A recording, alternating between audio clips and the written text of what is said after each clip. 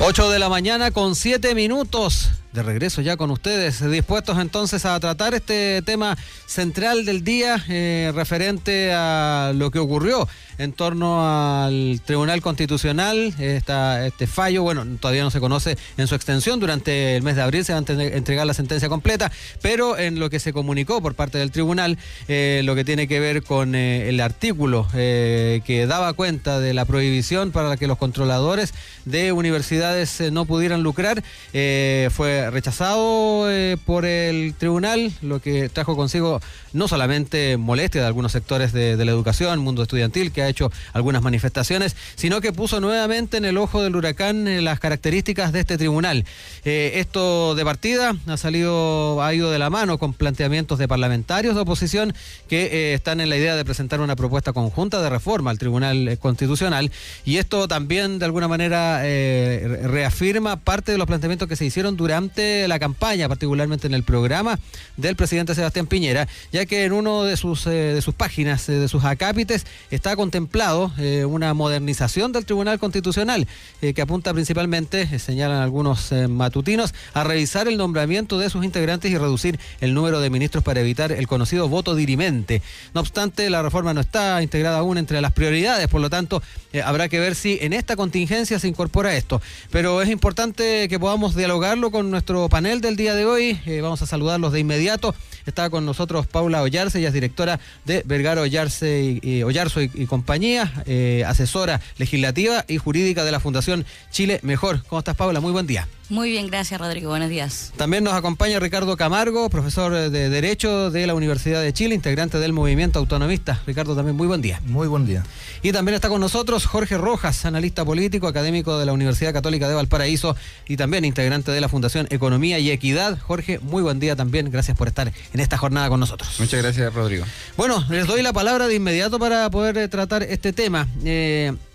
Abordaremos lo que tiene que ver con el articulado en torno a educación en su momento, pero la temática que se ha llevado bastante la atención durante las últimas horas tiene que ver con el reformar o no el Tribunal Constitucional.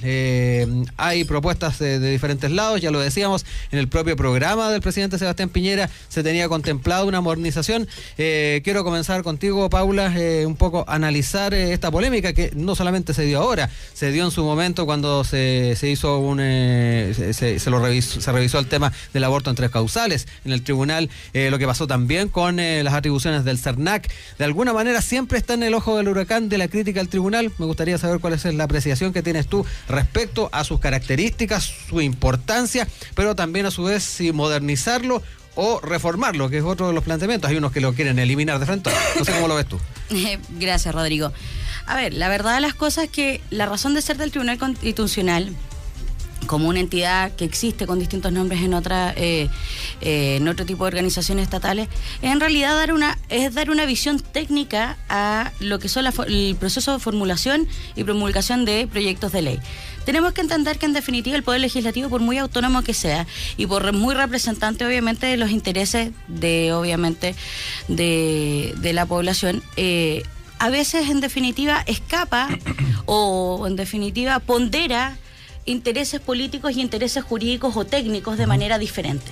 La búsqueda del Tribunal Constitucional es velar por la perspectiva técnica del resguardo técnico en el fondo y el apego a la Constitución de la normativa que salga. Desde ese punto de vista yo creo que siempre es importante tener una contraparte técnica que avisore la cuestión de constitucionalidad y que cuide la legalidad técnica de los proyectos de ley, porque si no nos podríamos encontrar con una cuestión espacio-temporal donde las tendencias políticas pudieran ir más allá de los derechos permanentes de las personas.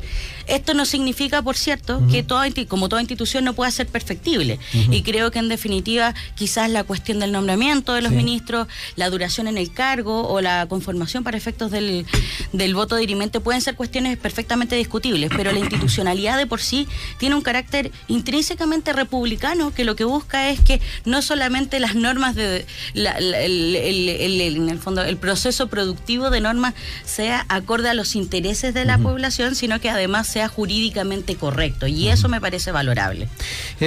Ricardo, se plantea acá por Paula la importancia de tener una contraparte técnica a la hora de pensar también en este Tribunal Constitucional. Pero también no es menor el tipo de nombramientos que hay de por medio, donde el factor político también influye bastante. ¿Cómo ves la posibilidad, con la figura que tenemos, de pensar en una modernización? Si nos acogemos particularmente lo que han sido las propuestas del programa del presidente, está el tema de modernizar. Sin ir más lejos, también para citar un poco lo que le consultábamos también a nuestra audiencia. El día de ayer nuestra encuesta fue justamente preguntar qué debiera suceder en el futuro con este tribunal. Y un 50% plantea eliminarlo, un 28% reformarlo, un 14% democratizarlo y hay un 8% que buscaba mantenerlo igual. Pero independiente de estas apreciaciones, ¿cómo ves la posibilidad de modernizarlo, reformarlo, tomando en cuenta las críticas que hay? Y si es que buscamos un cambio, tal vez orientarlo en focalizarse más en ser una contraparte técnica, como decía Paula. Bueno, el Tribunal Constitucional chileno ha sido todo menos una contraparte técnica, la verdad, en los últimos tiempos. El Tribunal Constitucional ha actuado como un órgano político, un órgano de deliberación política. Es cosa de ver sus fallos, es cosa de ver sus debates y la manera en que estos se desarrollan, ¿no? Hay que decir, en todo caso, empezar que efectivamente los tribunales constitucionales forman parte de la tradición republicana democrática occidental, al menos. Pero la manera en que está constituido el Tribunal Constitucional chileno es bastante excepcional, ¿no? El control preventivo, los dos controles preventivos que tiene el Tribunal Constitucional, que son de dos tipos, recordemos, ¿no? Control preventivo obligatorio, que son para leyes orgánicas constitucionales y leyes interpretativas de la Constitución, son abiertamente discutidos y cuestionados por la doctrina, porque efectivamente da lugar a lo que se llama un tribunal que está actuando como colegislador casi, ¿no?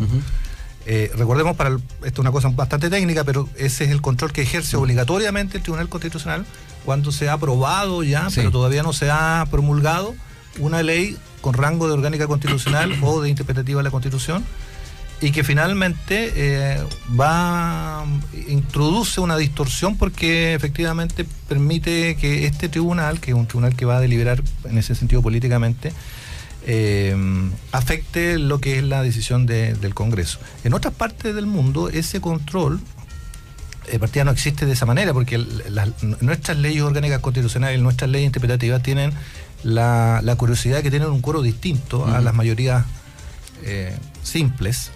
Por tanto, una modificación allí podría ser rebajar esas mayorías simples, ¿no?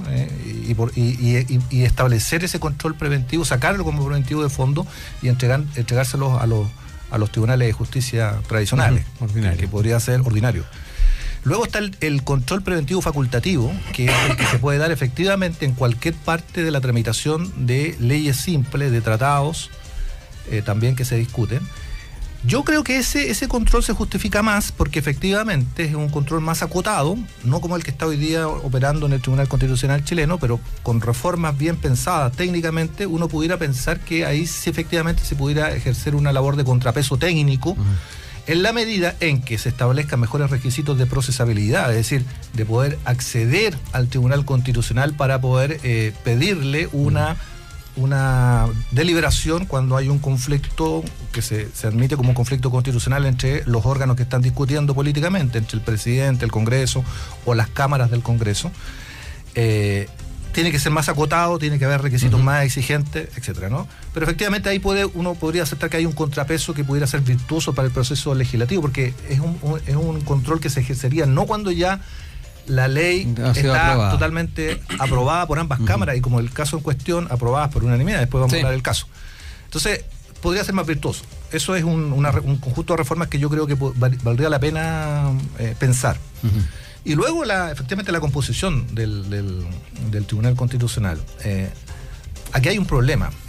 Claramente la composición del Tribunal Constitucional actual ha sido fruto de cuoteos políticos, eso es evidente. Es cosa de ver la composición sin ofender a nadie de los miembros actuales, pero claramente ahí no hay juristas de larga data y de excelencia, sino que son representantes de determinados sectores políticos, y así ha sido la historia de ese tribunal. Entonces hay que mejorar también, creo yo, la manera en que se va a constituir un tribunal constitucional. Entonces son dos tipos de reformas. Primero, yo creo que hay que discutir realmente la procedencia o no del control preventivo obligatorio. Me parece que esa es muy distorsionadora de la voluntad popular, y es lo que está hoy día precisamente demostrándose con el caso de la Ley de Educación Superior.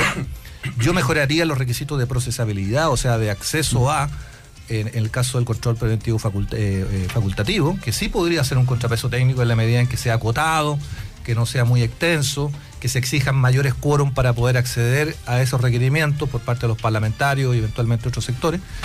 Y derechamente, claro, hay que cambiar la composición actual, los mecanismos de composición actual del Tribunal Constitucional. Todo en la perspectiva de que el Tribunal Constitucional no puede reemplazar el principio de la soberanía popular que radica en los órganos que han sido electos democráticamente. A propósito de lo que señalaba Ricardo en cuanto a la composición, va a haber también debate porque se tendrá que buscar reemplazante del ministro Carlos Carmona.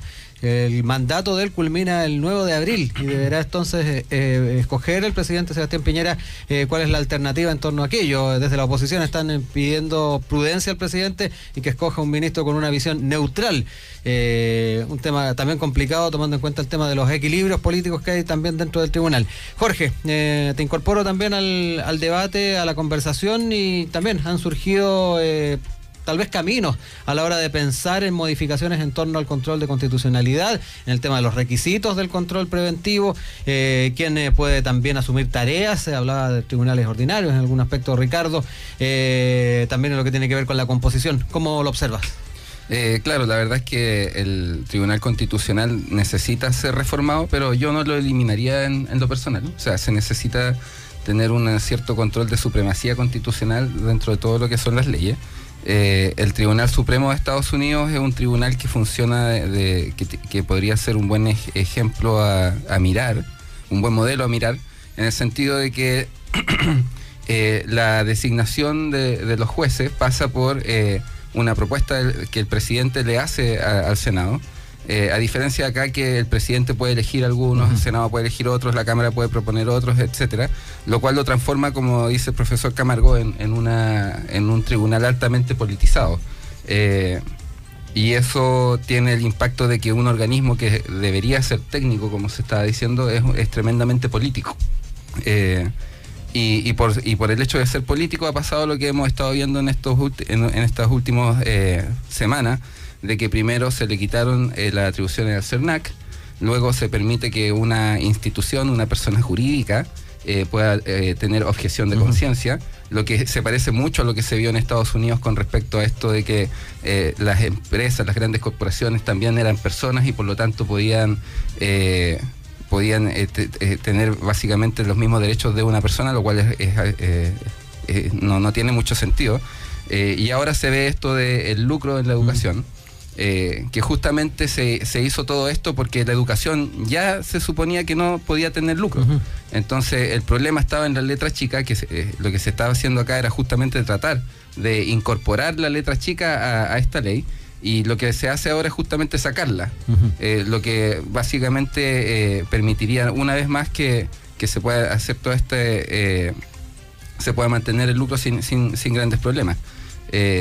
Entonces, con respecto a las reformas, claro, ahí los juristas deberían tener una propuesta con relación a los controles preventivos, la composición, pero claramente el Tribunal Constitucional, como está hoy día, no puede seguir funcionando porque permite que distintos grupos fácticos puedan influir de una manera demasiado significativa en contrapeso con lo que sucede en el Congreso, que se supone que, con todas las imperfecciones que tiene, representa la voluntad popular.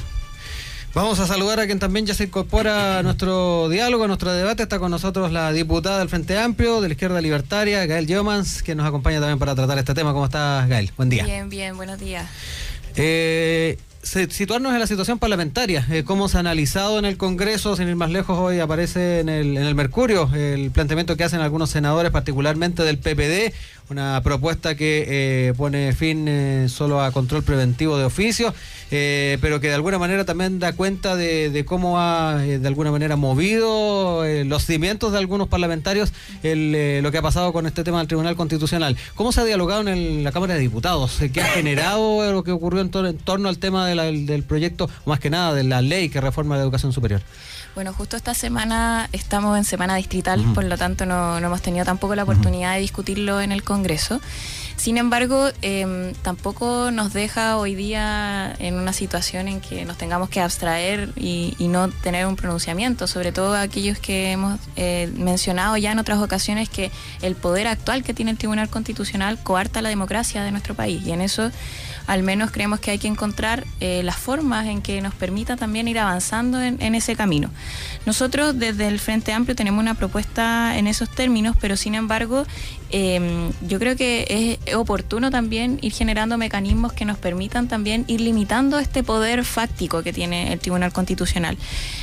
Hay una propuesta que está también sobre la mesa, un proyecto de ley presentado por parlamentarios del Partido Socialista, y en eso al menos yo creo que hay que darse la oportunidad. Nosotros lo hemos revisado, a mí al menos me parece que es sumamente restringido los cambios que se quieren hacer, sobre todo porque las facultades que se han cuestionado van más allá del control preventivo solamente, sino que también tiene que ver con el actuar del Tribunal Constitucional en su revisión, y que es lo que se ha cuestionado también en esta mesa, que tiene que ver con ese actuar que tiene un cuestionamiento político de las leyes, más bien que solamente un control que sea en términos jurídicos. Y eso es lo que finalmente también se cuestiona respecto a su calidad también de tribunal finalmente.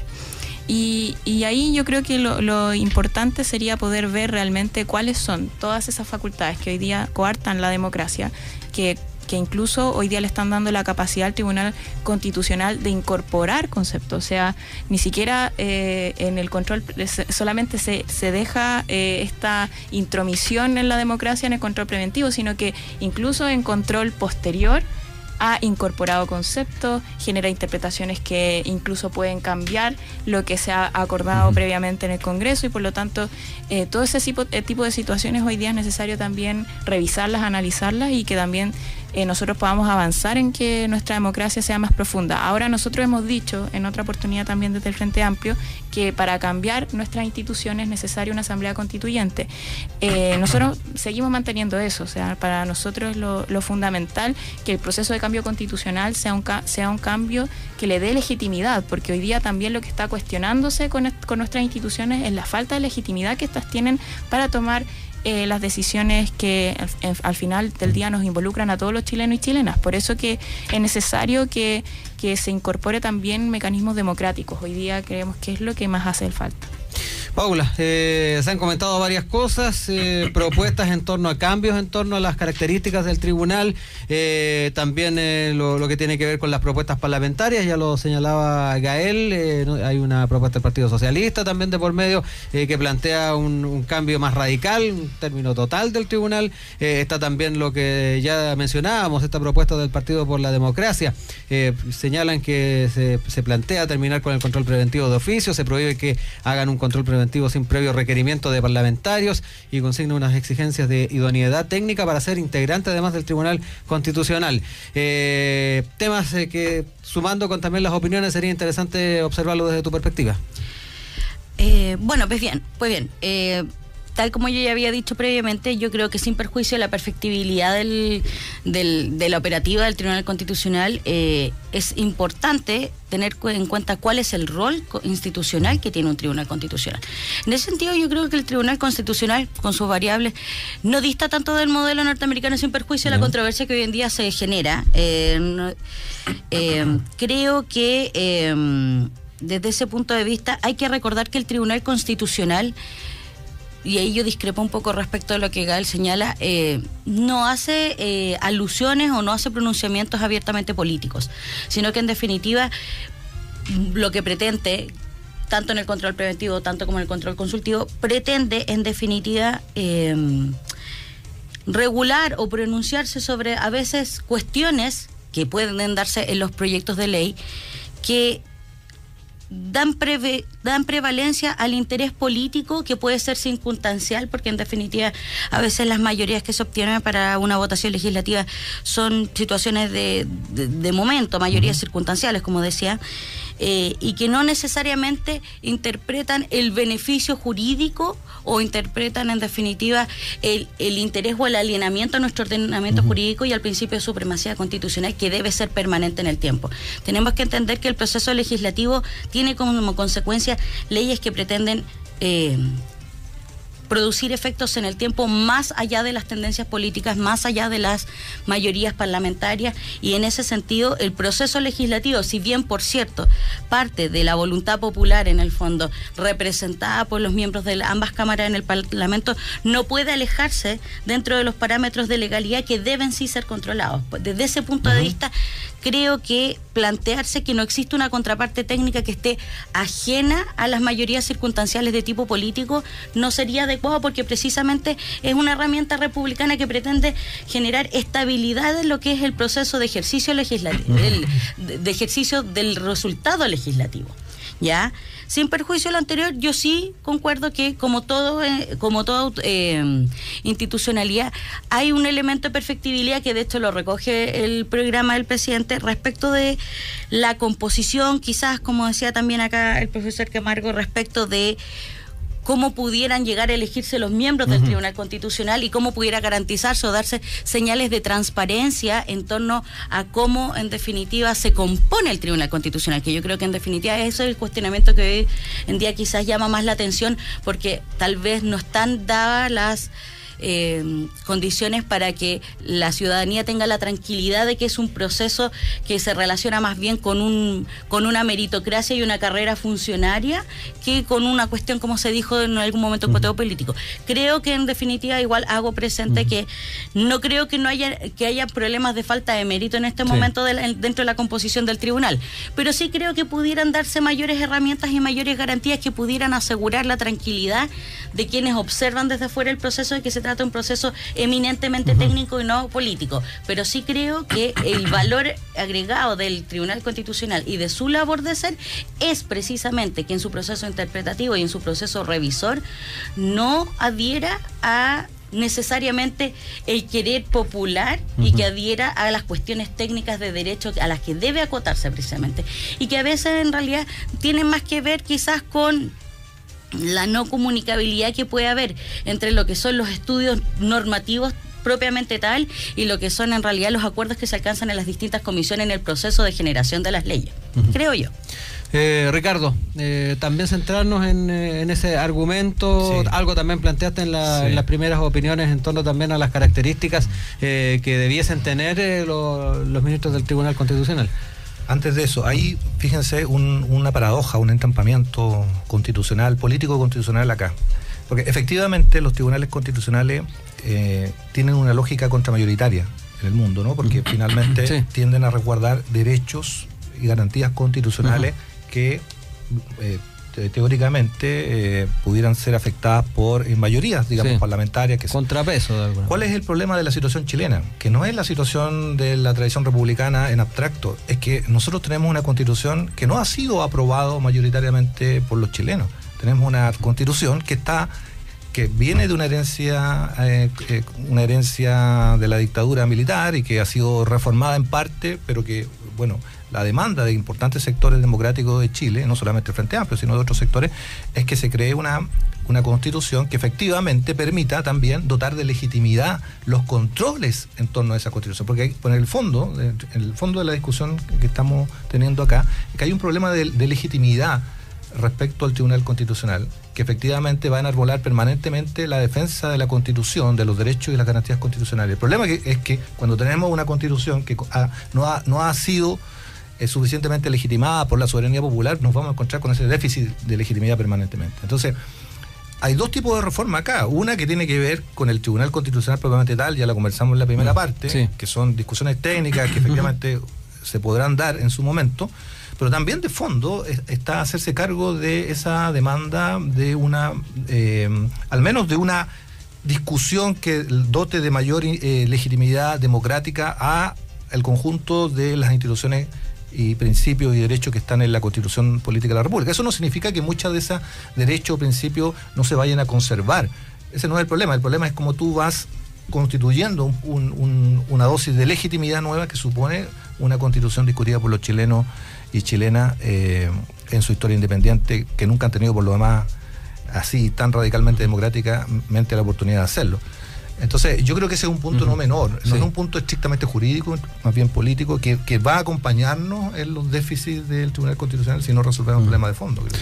Jorge, tanto Ricardo como Gael hicieron mención al aspecto constitucional también a la hora de pensar en mejoras en el futuro de lo que son los controles constitucionales. ¿Cómo también observas ese factor?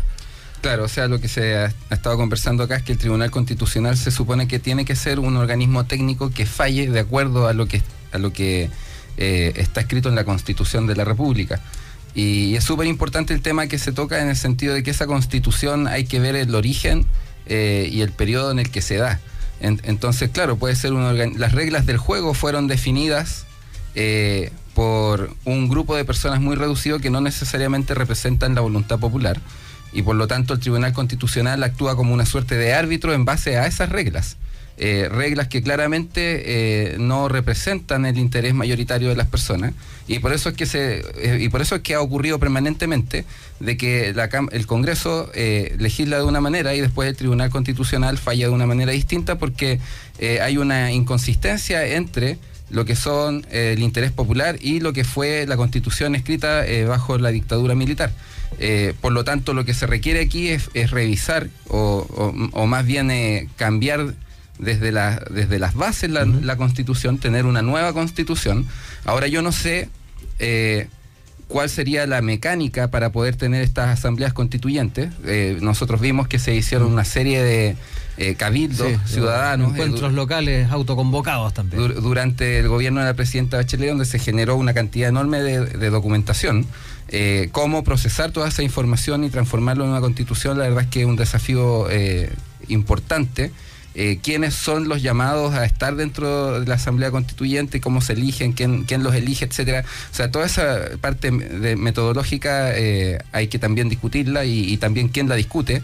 Entonces es complejo el proceso desde ese punto de vista, pero sin lugar a dudas que se tiene que reformar, se tiene que cambiar la Constitución más que reformarla. Ya se hicieron las reformas bajo el gobierno de Lagos, que fueron un avance significativo, pero que dejaron muchos temas sin tratar. Y a mí me parece gravísimo lo que sucede en el caso particular con la educación, porque ha generado grandes problemas a los sectores más pobres por la situación de, por ejemplo, por dar un dato, en el 2015 Laureate generó ganancias por $530 millones, cuando se supone que no puede haber lucro en la educación, y estas universidades que están lucrando utilizando toda esta inmobiliaria, etcétera, lo hacen con los sectores de la población que son más vulnerables, que son sectores medios y bajos, ¿ya? Entonces hay una despreocupación por parte de la clase política en general por resolver este problema, porque esto también lo que hizo fue generar el crédito con aval del Estado, que se vio como una solución para poder entregar educación a los jóvenes chilenos que no tenían cómo financiar sus estudios universitarios, pero se hizo de una manera, porque aquí se ha dicho de que todo se puede perfeccionar, y eso es cierto, todo es perfectible, pero es lo mismo que decía José Piñera con respecto a la AFP, entonces, y eso no resuelve el problema de la gente.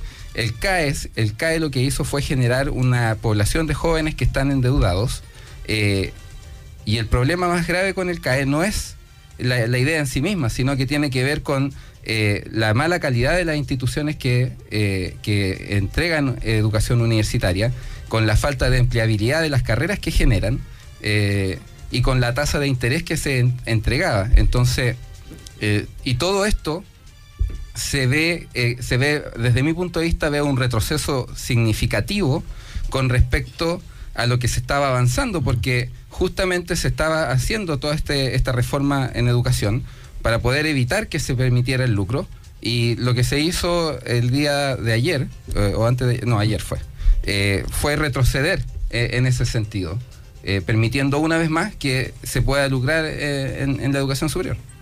Gael, para ir ya cerrando esta parte del programa, ya iremos a la pausa, pero también ir cerrando algunos elementos que tienen que ver con el tema constitucional, principalmente porque ya lo ha dicho el gobierno, no es prioridad este gobierno el tema de la reforma de la Constitución. Y en contrapartida está esta propuesta que estaba en el programa en torno a modernización del Tribunal Constitucional. Pareciera que habría que centrarse en ese aspecto más puntual más que en un aspecto constitucional.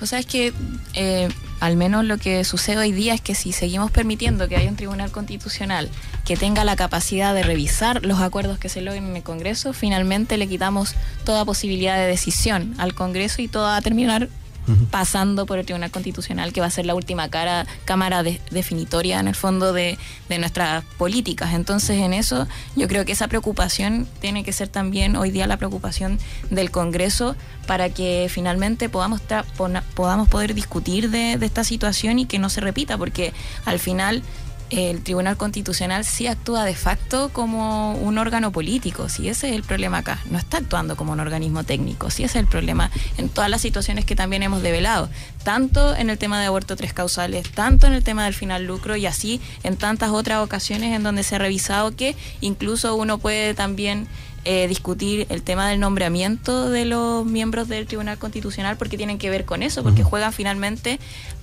a actuar en una función política más que en una función meramente técnica. Y eso es el problema aquí del que estamos hablando. Entonces, claro, finalmente yo creo que es necesario poder avanzar en que poner trabas a que esta situación no se siga repitiendo, pero sin embargo va a seguir latente la discusión y la problemática por la legitimidad de nuestras instituciones si esto no se hace mediante mecanismos que le permita a la ciudadanía poder decidir sobre sus propias instituciones, cuáles son las instituciones que quiere y requiere para nuestro país, cuáles son las instituciones, el carácter que nosotros también le queremos dar a nuestro organismo, y también cuál es la medida también de la incorporación de la ciudadanía en términos de la participación para tomar también las definiciones en nuestro país. Hoy día la ciudadanía, la verdad es que es sumamente desplazada, solamente participa con un voto, y creemos que ya la verdad, con la situación también de crisis de representatividad actualmente, es necesario trabajar para que eso se vaya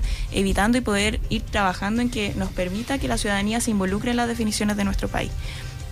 Entonces, por un lado está el tema del Tribunal Constitucional, yo estoy de acuerdo, hay que ir avanzando para que finalmente estas atribuciones políticas no estén al libre arbitrio de quienes son parte hoy día del Tribunal Constitucional, porque cada una de las políticas que tengamos que hoy día legislar en el Congreso van a ser coartadas por ese Tribunal Constitucional. Pero sin embargo, y ahí sigo sosteniendo eso, va a seguir latente la necesidad de una asamblea constituyente que nos permita dar legitimidad a nuestras instituciones. Son las 8:40, vamos a hacer una pausa muy breve y a la vuelta seguimos debatiendo acá en Sin Pretexto. Sigue en nuestra sintonía. Ya volvemos con Sin Pretexto.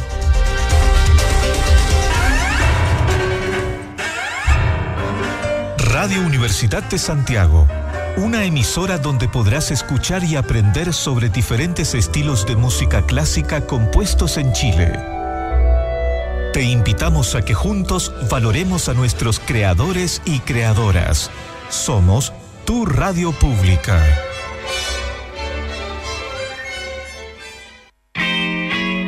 Cuando comienzas un nuevo día en la ciudad, con sus bondades, complejidades y desafíos, hacemos propios esos temas junto con nuestros invitados.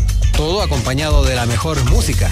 Embarca con nosotros de lunes a viernes a las 9 de la mañana en Estación Santiago, 94.5 FM, 124 AM y www.radiousach.cl.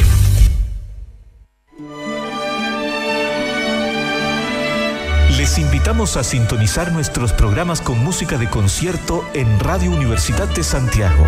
De lunes a domingo a las 23 horas, los sábados desde las 21 horas y los días domingo entre 8 y 10 de la mañana y de 20 a 24 horas. Recuerde, la mejor música clásica de todos los tiempos la encuentra en Radio Universidad de Santiago. Foro Universitario. En una conversación cercana y distendida se revisan los problemas de mayor impacto que nos afectan a todas y todos. ¿Qué se está haciendo al respecto? ¿Cómo se hace? ¿Por qué y quiénes lo hacen? Los periodistas Gabriela Martínez y Fernando Seymour le invitan a sumarse a un espacio donde representantes de la academia y servidores públicos comparten su mirada y eventuales soluciones. La cita es cada sábado a las 13 horas.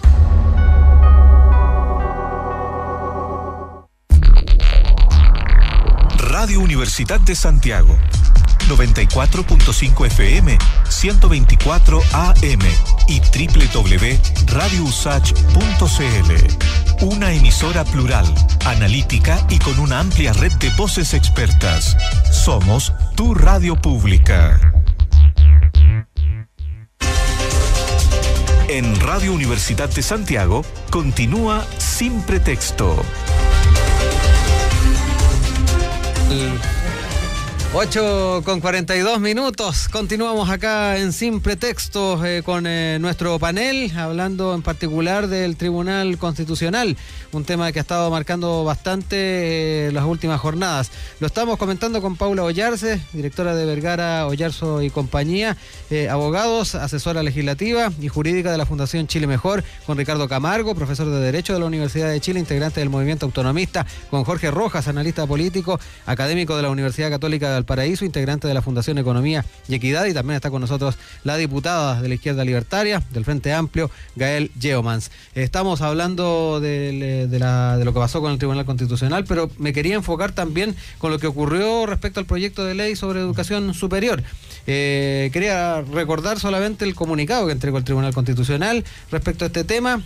Con fecha 27 de marzo, el Pleno del Tribunal ha terminado el examen preventivo de constitucionalidad del proyecto de ley sobre educación superior, concluyendo declarar por mayoría de votos la conformidad a la Constitución de la generalidad de sus disposiciones, en especial lo relativo al régimen de gratuidad de la educación superior y su financiamiento. Por otra parte, sin perjuicio de lo anteriormente señalado, por mayoría de votos se acordó declarar inconstitucionalidad del artículo 63 del proyecto y del artículo 18 transitorio en relación al mismo, referidos al estatuto jurídico de los controladores de universidades. La sentencia definitiva será expedida y notificada a los órganos colegisladores a más tardar el 26 de abril, se señala, dentro de los plazos establecidos por la ley. Ahí está el tema de la posibilidad de lucrar de parte de los controladores de las universidades, un tema que quiero ya incorporarlo de inmediato. Paula, hablar un poco de lo que fue esta decisión, tú cómo lo aprecias, y en particularmente si compartes algunas opiniones que han habido desde el Ejecutivo, sin ir más lejos, lo que ha planteado el ministro de Educación, Gerardo Varela, sobre que este elemento no rompe con el espíritu de lo que fue esta reforma, porque no se declaró inconstitucionalidad de todo. El tema que tiene que ver con régimen de gratuidad se mantiene intacto, pero en el tema del lucro de los controladores no. ¿Cómo lo analizas? A ver, Rodrigo, mira, bueno, obviamente va a ser mucho más útil que tengamos el texto de la sentencia para poder pronunciarnos en detalle, pero a priori yo creo, o sea, la verdad es que yo comparto la opinión que ha emitido el Ejecutivo en general, porque yo creo que se ha malinterpretado quizás, o se le ha dado una interpretación extensiva al comunicado del Tribunal Constitucional. ¿En qué sentido? A ver, yo creo que los conceptos centrales, que son la prohibición del lucro, la institucionalidad de la gratuidad y las normas respecto al financiamiento de la educación superior, no han sido tocadas en este pronunciamiento, en este comunicado. La cuestión de la inconstitucionalidad, el artículo 63, se plantea sobre un argumento técnico. Lo que está prohibido, en definitiva, es el lucro. Sin embargo, yo tengo que tener en cuenta que yo no puedo discriminar arbitrariamente a priori quién puede participar o no de la actividad de controlador de una institución de educación superior, en la medida, por cierto, que la institución cumpla con las normas de prohibición de lucro, cumpla en el fondo con los requisitos para poder adherir a la gratuidad y administre el financiamiento estatal que recibe de la forma que la misma ley y los reglamentos disponen. Desde ese punto de vista, por cierto, yo estoy súper clara y creo que existen los mecanismos ya de fiscalización en la forma de la Superintendencia de Educación Superior.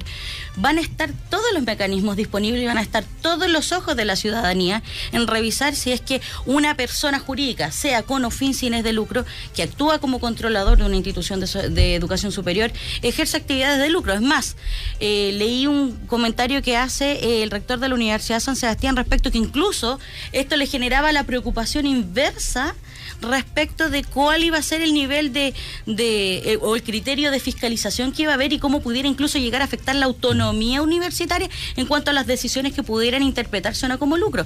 Y me parece que es una discusión súper sana, pero desde ese punto de vista, el decir que una persona jurídica independiente de su naturaleza, puede o no participar de una actividad económica regulada por la ley, es una garantía constitucional que está contenida en el artículo 19. Entonces, a priori excluir a un grupo de participar, porque las motivaciones de por qué una entidad con fines de lucro pudiera o no participar de un grupo controlador de una institución de educación superior son variadas, no son solamente una finalidad directa de lucro, no se puede presumir esa finalidad.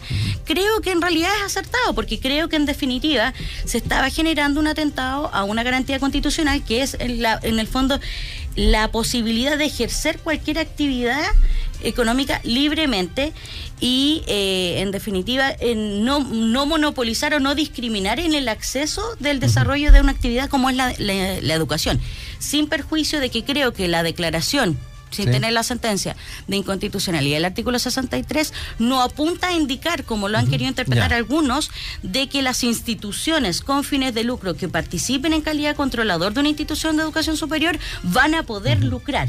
Eso nos ha dicho y los mecanismos están. Entonces, por lo tanto, creo que no solamente hay que esperar, sino que además está toda una institucionalidad en torno a eso. Creo que no hay que adelantarse a hacer presunciones de mala fe. Eso. Gael, junto con lo que plantea Paula, está algo que ha sido también aludido por distintas autoridades, que tiene que ver también con el resto de la institucionalidad que está aprobada, que tiene que ver con organismos en torno a poder fiscalizar justamente los conceptos básicos en torno a la educación superior. ¿Cómo también analizas esos argumentos? Donde, tal como, y vuelvo a señalar lo que planteaba el ministro de Educación, Gerardo Varela, a la luz de todo lo que se aprobó, pareciera que esto no sería fundamental, no sería una columna vertebral. No, es que con esto se abre la puerta a que finalmente esta prohibición al lucro que sigue existiendo en nuestra legislación no se pueda hacer efectiva, si ese es el tema, porque lo que se declara inconstitucional es el artículo 63. Hay que ver los argumentos, etcétera, eso es lo que falta con la sentencia, pero ya sabemos que se declaró inconstitucional el artículo que establecía la prohibición a la posibilidad de que en el directorio de esta institución de educación superior puedan participar controladores que pueden ser personas o instituciones que lucren. Entonces, con esto se abre la puerta a que efectivamente haya lucro en nuestras instituciones, a pesar de que exista esta prohibición general. Y eso es lo que también han sostenido distintas instituciones, tanto rectores como también desde los movimientos estudiantiles. Entonces, a nosotros en realidad lo que nos preocupa sobre esta situación es que se abre nuevamente la discusión, y de hecho también se ha argumentado así desde la derecha, del cuestionamiento a si es bueno o no que se lucre en nuestras instituciones, cuando ese debate ya está cerrado en el Congreso. O sea, a mí me parece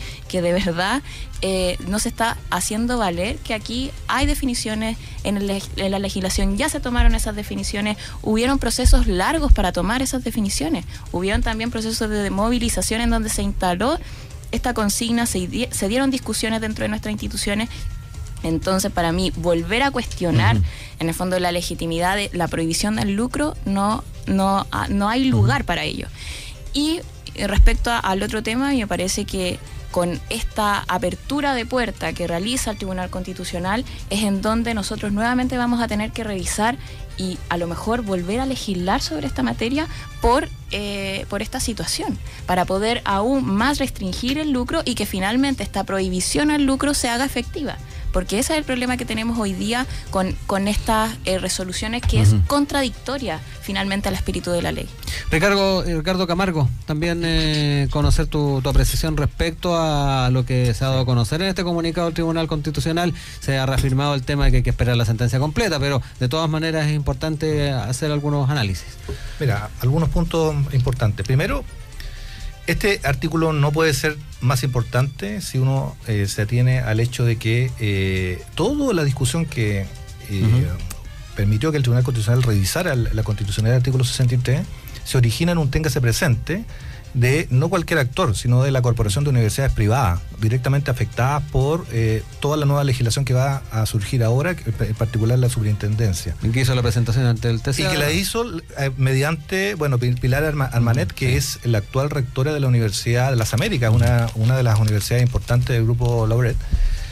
Y cuando uno revisa el téngase presente, está en la página web, son 40 páginas de lata de argumentación jurídica, es decir, ahí hay una preocupación muy sentida porque ese artículo cayera. Entonces, yo creo que es muy contradictorio esta declaración del ministro Varela, el ministro de Educación actual, que nos señala que este artículo no tiene importancia. Es decir, si no tiene importancia, habría que preguntarse por qué el lobby y importantes, seguramente, recursos de abogados se invirtieron allí para hacer presente ante el Tribunal Constitucional que era importante que este artículo cayera.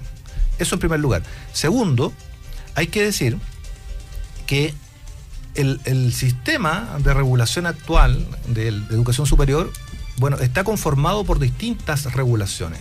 Cuando cae una de estas, cuando cae el artículo 63, que efectivamente no habilita el lucro directamente de las universidades, pero sí de los controladores que efectivamente participan en universidades, ¿no? Uno se pregunta, bueno, ¿qué es lo que cae ahí? No cae cualquier pieza, sino que cae una pieza que es sustantiva, puesto que la lógica indica que un grupo o una persona jurídica con fines de lucro evidentemente va a participar en actividades económicas que le generen lucro, porque si no, no tiene sentido. Incluso va en contra de sus propios estatutos, de sus propias regulaciones internas, participar en actividades, salvo en actividades reguladas por donación, que son decididas por los directorios, pero no son del giro principal. El giro principal de las personas jurídicas con fines de lucro es participar en actividades de lucro. Si no, es contradictorio, incluso pueden ser acusados legalmente los directores de esas sociedades anónimas o cerradas o abiertas. Entonces, ¿cuál sería el sentido de una persona jurídica con fines de lucro de participar en universidades que tienen prohibido por ley tener fines de lucro? Ahí hay un contrasentido, ¿no? Y por tanto se abre una puerta importante para el retorno del lucro. Y en tercer lugar hay argumentos fácticos, que a veces nos olvidamos, pero están allí. Acaba de salir el artículo largo, importante de CIPER Chile, que nos indica una situación muy grave, y que interpela directamente al actual ministro de Educación. En la pasada administración realizó una investigación acuciosa respecto de cómo se estaba generando lucro en estas tres universidades del Grupo Lauret, ¿no? Las Américas, la Universidad Andrés Bello y otra más que se me va. Y bueno, se descubrieron los mecanismos actuales, que son vía contratación con la casa matriz de Lauret, mediante contratos que, se pagan sumas importantes por propiedad intelectual u otros convenios, ¿no? $250 por alumno incluso al año pagaba la Universidad de las Américas o la Universidad de Andrés Bello también, lo que en un periodo de 4 o 5 años daba $6.2 millones, ¿no? Que reembolsó estas universidades al Grupo Lauret, ¿no? Ese es lucro encubierto. Eso es un informe que debía ser notificado a las universidades en cuanto a las sanciones que se le aplicaba, al menos así señala el informe de CIPER. No fue notificado por la administración actual, está en estudio, y ahí va a haber una señal importante de cuánta importancia le pone la administración actual a la fiscalización del lucro. Porque es cierto el argumento que se ha dicho, que hoy día estamos en mejor condición en términos de institucionalidad porque tenemos una superintendencia. El problema es que la superintendencia va a regular, evidentemente, infracciones, ¿no? Ilícitos. Pero todos estos mecanismos que el Grupo Lauret ha usado durante 6 años para generar lucro no son ilícitos, están permitidos por la ley. Lo que pasa es que indirectamente generan el lucro encubierto, por decirlo así. Entonces, estamos en una situación compleja, y el que haya caído el artículo 63 a mí parece no para nada de menor importancia. Es todo lo contrario, es una pieza fundamental de un ordenamiento jurídico que apuntaba efectivamente a la eliminación del lucro. Jorge Rojas. La verdad, varios puntos. Uno, quisiera también aprovechar de tomarme unos 30 segundos para aclarar en general a qué nos referimos con el lucro, porque he tenido muchas conversaciones en los últimos 2 días respecto a este tema, y la gente tiende a confundir que el prohibir el lucro es equivalente a prohibir la educación privada, o que se acabe la gratuidad producto de que no hay de que se da este comunicado de permitir el lucro, que son temas completamente diferentes. O sea, uno puede tener universidades privadas sin fines de lucro, como existen muchas dentro del Consejo de Rectores, y habiendo lucro puede de todas maneras continuar la gratuidad, y de hecho puede no haber lucro y puede no haber gratuidad universal en la educación superior también. Entonces, eso por un lado. Respecto de la importancia de este fallo del Tribunal Constitucional, es pero tremendamente importante, porque los mercaderes de la educación, hace ya bastante tiempo, se dieron cuenta de los vacíos legales que existían para poder generar ganancias millonarias en dólares, ya para los verdes, con respecto a esta situación. Entonces, los vacíos legales, una de las ideas de este proyecto justamente era reducir estos vacíos legales, porque son los vacíos legales los que permiten que, a pesar de que se dice que en la educación no puede haber lucro, y viene de esto desde los tiempos de la dictadura, se han generado estos mecanismos donde inmobiliaria o los sostenedores controladores pueden lucrar. Entonces, esa cuestión, la verdad es que esto es un retroceso muy importante. El ministro Varela le trata de bajar el perfil, pero la verdad, y no hay que ser ingenuo, aquí hay poderes fácticos, aquí hay intereses de por medio. Si no hubiese sido relevante el artículo 63, entonces ¿por qué darse trabajo de tratar de votarlo? Entonces aquí no hay que pensar desde un punto de vista económico, y los incentivos eran fuertes para poder eliminar ese articulado, para permitir que siguiera existiendo el vacío legal que iba a permitir que estas organizaciones pudieran continuar generando ganancias millonarias. Y cuando hablamos de lucro estamos hablando no de los ingresos, porque hay gente que, de hecho todavía lo he escuchado, yo pensé que después del 2011 ya no se iba a escuchar más ese argumento de que a ti te gusta que te paguen tu sueldo cuando trabajas. Eso no es lucro, eso es una compensación por el trabajo realizado. Lucrar es cuando se genera una diferencia, un excedente entre los costos de la producción con el ingreso. Entonces, la verdad es que a mí me parece súper grave lo que sucedió. Creo que afecta el desarrollo potencial futuro de Chile, porque la educación, el desarrollo, la creación de capital humano es fundamental, y los grupos más afectados con este fallo son nuevamente los grupos de las clases medias y los más pobres, que son los que estudian justamente en las universidades que usan estos mecanismos para poder lucrar. Son las 8:59, se nos pasó rapidísimo el tiempo. Queremos agradecer a nuestro panel, a Gael Yeomans, Paula Ollarse, Ricardo Camargo, Jorge Rojas, que estuvieron esta mañana con nosotros. Que tengan muy buena jornada, buen fin de semana, que aprovechen, reflexionen, si son creyentes, y nos estamos reencontrando en otra oportunidad futuro en el panel. Que estén muy bien. Gracias por la invitación. Gracias por la invitación. Gracias por la invitación. Gracias por la invitación.